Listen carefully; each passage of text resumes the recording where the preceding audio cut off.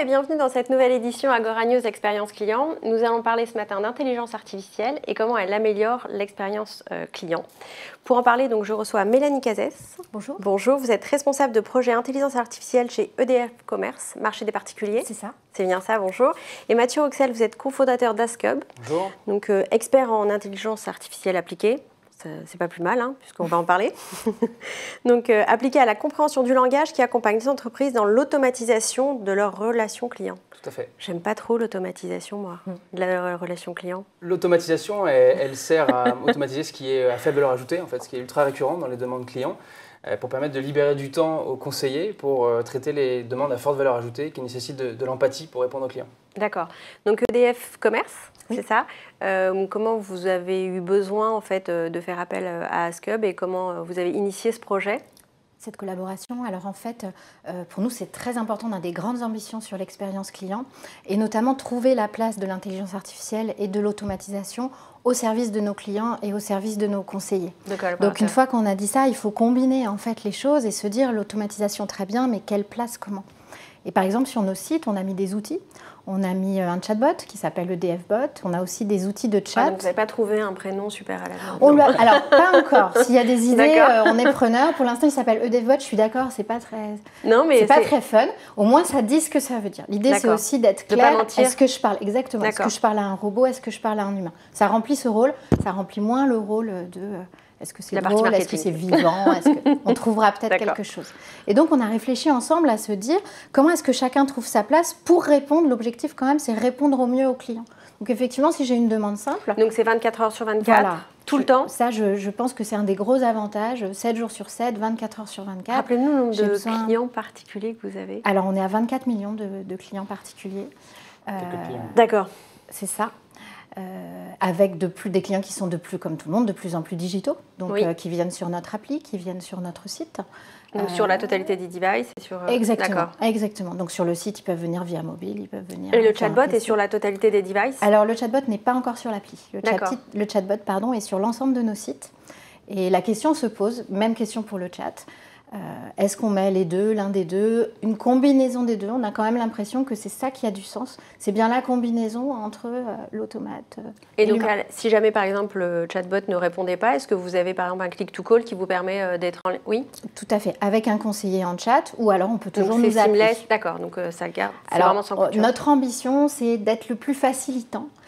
Et que ce soit le plus souple côté client. On a fait un certain nombre de pas, mais on n'est pas au bout du chemin et c'est pour ça qu'on s'est tourné vers Mathieu, vers Askub, pour nous dire aidez-nous, quand est-ce que notre chatbot en fait est bon, qu'il est performant et qu'on peut se dire ok, c'est automatisable. Quand est-ce qu'on se dit non, là quand même le client a besoin d'aide. Quelle est la meilleure façon de combiner ces choses ? Et comment vous avez pu aider EDF sur cette partie-là ? On va, nous, accompagner les clients qui ont soit déjà des chatbots en place, mais on va regarder en fait l'ensemble de leur canaux de relation client. Et là, en l'occurrence, avec EDF, on regarde à la fois le chatbot, c'est pas nous qui l'avons créé. Il doit y avoir des millions de conversations. Exactement, et c'est de ça que se nourrit l'intelligence artificielle. Il faut des millions de données pour pouvoir améliorer l'expérience proposée aux clients. Donc on va analyser le chatbot en place, on va aussi, pour EDF, analyser le live chat en place, et en fait, on va identifier tous les motifs de contact des clients, tous les motifs ultra récurrents. Vous les aviez déjà, ça ?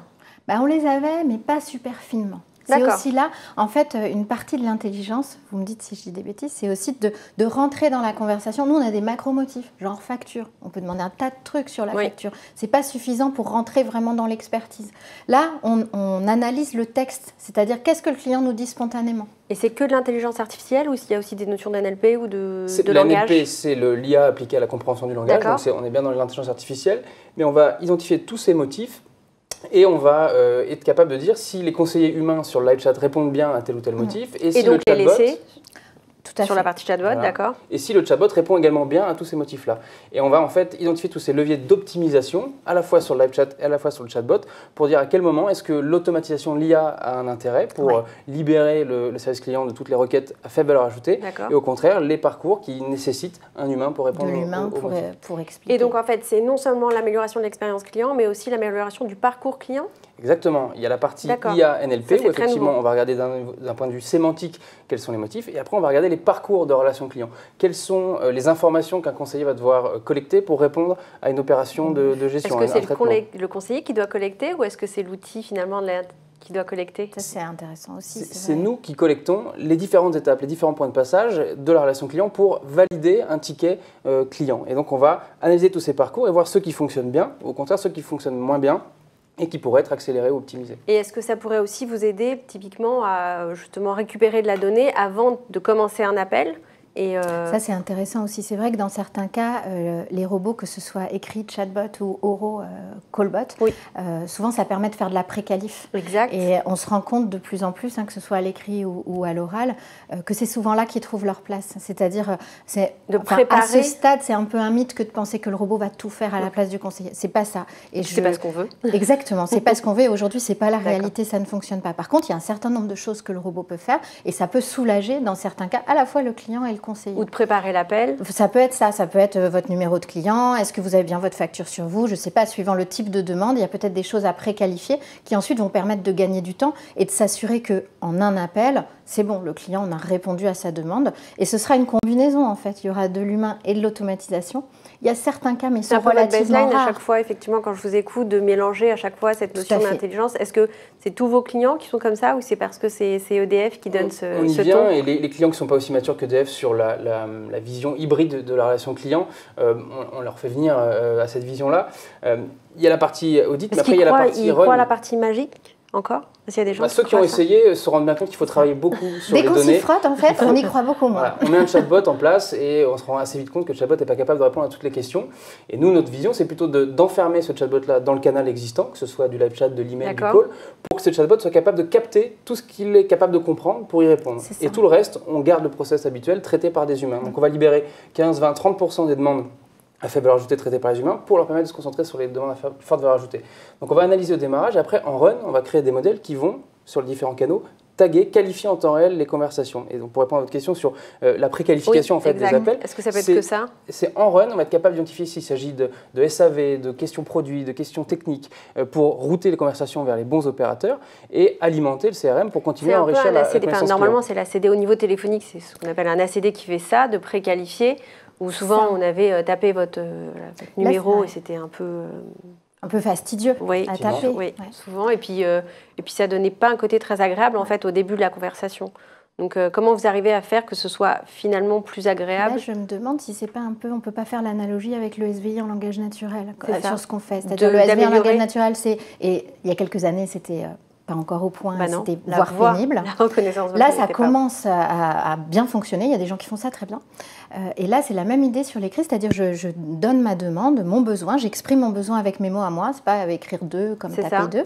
J'exprime mon besoin et puis ensuite, avec l'outil, on le route soit vers le bon robot, soit vers le bon humain, soit on pose des questions et on le route qualifié vers le bon humain. Et en captant à chaque étape de la conversation les informations qui vont permettre de répondre aux besoins du client. D'aller plus loin. Et vous vouliez donner une image ? Oui, pardon. En fait, c'est ce que disait Mathieu tout à l'heure, de se dire, pour moi, il n'y a que quelques finalités qui peuvent vraiment être automatisées de A à Z et c'est un peu l'aiguille dans la botte de foin, c'est-à-dire qu'il faut bien l'exprimer en langage naturel pour être capable d'aller chercher la demande, parce qu'il y en a peu que je vais être capable d'automatiser. Et si je ne fais pas ça, je ne suis pas capable d'aller la chercher et donc de dire « Ah tiens, ça je peux le faire automatiquement, je l'extrais, je le traite et ça fait moins de travail pour les autres. » Si je n'ai pas ça, en fait, je ne la trouverai jamais et je n'accéderai pas à ce gain. Et les collaborateurs, comment ils rentrent dans ce processus ? Comment vous les avez embarqués ? Ça, c'est intéressant. En fait, chacun de nos projets, on a un centre, alors je ne dirais pas miroir, parce que miroir, c'est souvent on fait réagir. Non. Là, c'est vraiment on co-construit. Par exemple, on a des experts internes sur le text mining. Alors là, on a choisi de s'appuyer, parce que cette techno, on ne l'avait pas, donc on s'est appuyé sur Ask Hub. Sur d'autres choses, on a des experts internes, par exemple le traitement des mails avec de l'IA. Et donc là, les experts chez nous qui ont fait les modèles, ils se sont appuyés sur les conseillers. C'est eux qui ont annoté les mails. Il y a des dizaines de milliers de mails qui ont été annotés par des conseillers, parce que c'est eux les experts. Par des conseillers. Donc là, vous ne les avez pas tagués par l'intelligence artificielle, mais par des humains. Et ensuite, l'outil, il a appris c'était notre matière pour apprendre, en fait. Ça a été un gros boulot, mais je pense que l'expertise, elle est là, parce que c'est le conseiller qui sait. Et est-ce que ça vous a fait gagner, est-ce que vous pensez que EDF a gagné justement au moment du lancement grâce à ça ? Alors, sur l'email, on n'a pas œuvré sur l'email, on sait le faire avec d'autres clients. Mais effectivement, la nécessité d'annoter la donnée, c'est le fuel de l'intelligence artificielle. C'est ça. Et nous, on crée des modèles pour accélérer cette phase d'annotation en prenant des verbatim clients qu'on va tout annoter pour déterminer quels sont les sujets et les intentions à automatiser. Et cette phase d'annotation, elle est indispensable. Elle est essentielle, d'accord. Je pense que Askam nous a beaucoup aidé aussi à formaliser notre besoin et à vraiment réunir tous les acteurs impliqués pour justement que ce travail-là, il soit de la meilleure qualité possible. Et comment vous êtes passé justement du Père Noël à la magie au réel? Comme disait Mathieu, en se confrontant au réel en fait. Et ça, c'est peut-être un point important aussi par rapport à ce que vous disiez sur les conseillers. Les gens qui ont annoté, ça peut paraître un petit peu fastidieux en fait d'annoter. Nous, on avait un petit peu peur de ça. En fait, ça s'est très bien passé parce que les gens ont compris ce qu'il y avait à l'intérieur du moteur. C'est pas magique en fait. C'est pas une intelligence comme ça qui arrive et qui va me dire si ce courrier-là, il faut le traiter comme ci ou comme ça. Non, c'est moi qui suis conseiller et donc qui suis expert de ce métier qui lui dit. Exactement. Et la valeur métier. Et du coup, il y avait cette compréhension de qu'est-ce qu'il y a sous le capot. C'est pas on met un automate qui va faire mieux que moi. Non, c'est on construit ensemble un outil qui va peut-être décharger de certaines tâches. Et là aussi, sur la partie entraînement de l'IA, on a des outils, on les branchera peut-être bientôt avec EDF, on le fait pour d'autres clients, qui permettent en fait de faire le travail du product owner qui va réannoter les conversations d'un chatbot pour voir s'il a bien compris ou mal compris. Il va apprendre au robot? Exactement. On a des algos qui permettent d'identifier toutes les faiblesses du modèle de compréhension du langage d'un chatbot existant. C'est très important pour nous. Tout ce que le bot n'a pas compris, on va être capable de le requalifier pour le donner à manger à l'algo. Et on va être aussi capable de faire identifier tous les faux positifs. Et il n'y a toujours pas un humain qui vérifie ce que... Nous, on a des data scientists qui vérifient que ce que l'on sort est... Et ce n'est pas le métier? C'est une collaboration. On fait émerger toutes les requêtes, tous les sujets sur lesquels les chatbots ne marchent pas. Comme ce qu'on devrait faire sur les FAQ, d'ailleurs. Exactement. Tout à fait. Toujours, on a plus l'habitude de lancer ça et de laisser ça de côté plutôt que de l'animer. Le risque est là, en fait. C'est pour ça que ce genre d'outil, c'est très important. Et c'est l'approche aussi qu'on a appréciée chez Askam. C'est que parfois, il y a un gros... Non, toujours, il y a un gros boulot pour construire l'outil. Mais en fait, c'est dans la durée. Et il faut, si on ne fait rien, notre outil, on n'a plus de valeur assez vite. Donc il faut bien regarder quand est-ce que je suis bon, quand est-ce que je ne le suis pas et réajuster. Vous parliez des FAQ, et aussi pour les FAQ, on peut intervenir. C'est-à-dire qu'en étant capable de qualifier en temps réel les demandes clients, les motifs clients, on peut valider l'adéquation des contenus self-care. De refaire self-care. Une base en fait, commune de questions-réponses. Très bien. Eh bien, merci. On termine donc là-dessus. Encore un débat passionné et passionnant. J'espère qu'il vous sera utile autant qu'à moi. Gardez l'esprit ouvert et gardez l'esprit critique. Et à très bientôt sur Agora News Expérience Client. Merci. Merci beaucoup. Merci. Merci, monsieur.